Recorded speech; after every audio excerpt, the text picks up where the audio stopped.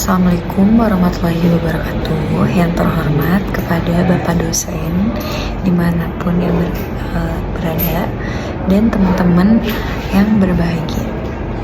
Baik, saya di sini akan membawakan materi tentang bijak menggunakan media sosial dan ponsel atau gawai dalam kehidupan sehari-hari.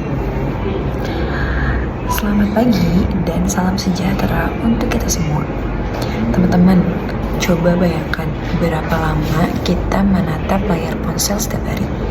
2 jam, 4 jam, atau bahkan lebih dari 6 jam per hari.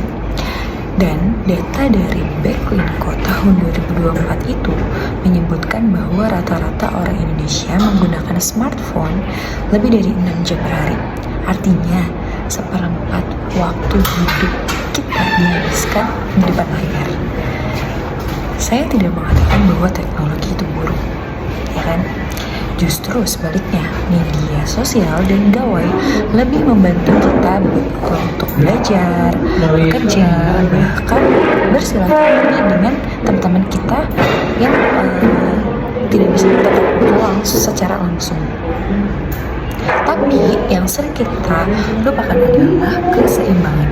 Saat kita tidak bisa melepaskan diri dari layar, perlahan tapi pasti kita kehilangan banyak momen yang berharga di dunia nyata. Teman-teman, mari kita lihat dari dua sisi. Yang pertama, dari sisi positifnya, pastinya gawai atau ponsel yang sering kita gunakan setiap hari ini memiliki sisi positif. Yang pertama adalah memudahkan komunikasi, lalu memperluas pengetahuan, dan membuka peluang usaha. Dengan media sosial kita belajar banyak hal baru kayak setiap harinya, ya kan?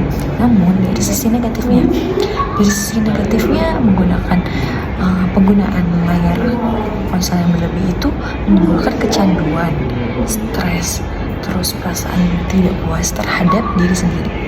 Jadi kita sering membandingkan hidup kita dengan hidup orang lain yang jauh lebih baik karena kita melihat sosial media dari teman-teman tersebut itu kayak mewah, glamor gitu. Jadi kita tuh seperti apa yang bisa dibilang itu, kita seperti insecure dengan penampilan dari teman-teman yang ada di sosial media tersebut gitu. Terus kita juga gampang ke-trigger dengan kata FOMO, artinya kita pengen terlihat nggak mau ketinggalan deh gitu dengan tren yang ada. Menurut data dari Katada tahun 2024, penggunaan media sosial di Indonesia tidak menghabiskan lebih dari 2 jam per hari hanya untuk menjelajahi konten di WhatsApp, di TikTok, ataupun di Instagram. Bayangkan, dalam seminggu ada 7 hari kan, dalam seminggu itu lebih dari 14 jam waktu yang sebenarnya kita bisa gunakan untuk hal-hal yang lebih positif, misalkan kayak olahraga, terus ada ngobrol langsung dengan keluarga, deep talk dengan teman gitu ya. Lalu bagaimana caranya agar kita bisa tetap terhubung dan tidak terikat? Ada beberapa langkah nih teman-teman. Yang pertama, atur waktu penggunaan gadget atau gawainya.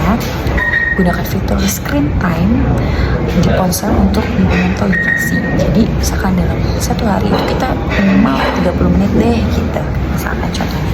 Yang kedua, media sosial untuk hal yang bermanfaat seperti mencari ilmu atau inspirasi positif. Jadi untuk di sosial media itu kayak mencari tentang info-info yang terbaru, terkini, itu seperti kayak politik, keadaan Indonesia bagaimana gitu. Yang ketiga, berani untuk digital detox, misalnya sehari tanpa media sosial setiap minggu. Tapi kalau misalnya itu sih agak sulit mungkin menurut saya, dicoba dulu aja, kalau enggak kayak dibatasin untuk jamnya gitu. Yang keempat, itu utamakan interaksi nyata, ngobrol langsung dengan teman atau keluarga jauh lebih bermakna daripada sekedar mengetik di layar gitu. Lalu teman-teman, teknologi itu ibarat pisau, bisa menolong, bisa juga melukai.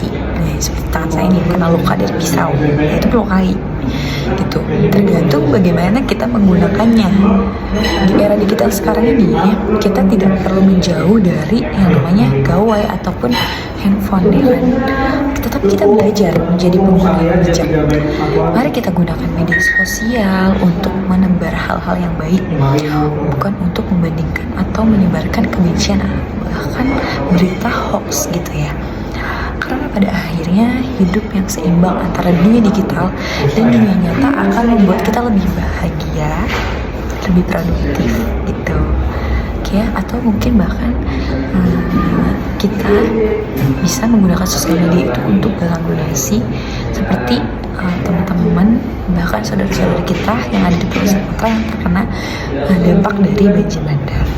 Nah, mungkin itu teman-teman yang bisa saya sampaikan tentang penggunaan gawai atau handphone ini.